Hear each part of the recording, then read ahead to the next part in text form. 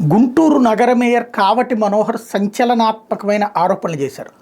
నిన్న కాక మొన్న వాస్తవంగా కౌన్సిల్ మీటింగ్ జరగాల్సి ఉంటే కౌన్సిల్ మీటింగ్ని కమిషనర్ అర్ధాంతరంగా వాయిదా వేశారు. ఎందుకు అంటే స్టాండింగ్ కమిటీ ఎన్నికలు జరగబోతున్నాయి 2-3 రోజుల్లో, దానికోసం అన్నారు.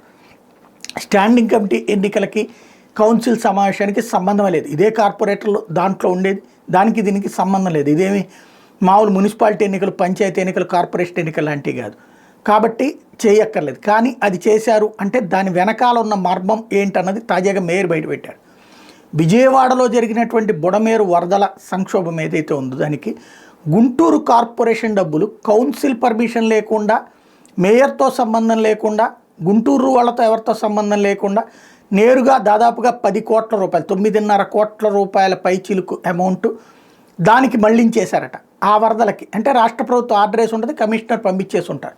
వాస్తవంగా ఒక కార్పొరేషన్లో డబ్బులు కనుక చెయ్యాలి అంటే స్టాండింగ్ కమిటీ పర్మిషన్, కార్పొరేషన్లో కౌన్సిల్లో అప్రూవల్ ఉండాలి.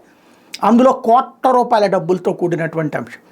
అయితే ఇందులో కమిషనర్ సొంతానికి వాడుకునేది కాదు, కమిషనర్ కరప్షన్ కాదు. కానీ రాష్ట్ర ప్రభుత్వం ఒత్తిడి తెచ్చి ఈ డబ్బులు అటు తీసుకెళ్ళినట్టు. విజయవాడ కార్పొరేషన్ డబ్బులు తీసుకెళ్ళి కడపకో, కడప కార్పొరేషన్ డబ్బులు తీసుకెళ్ళి శ్రీకాకుళంకో పెడతారంటే కార్పొరేషన్ల డబ్బులు తీయరు. కానీ ఇప్పుడు కార్పొరేషన్ డబ్బులు వాడారన్నటువంటి విషయం సంచలనం అవుతోంది.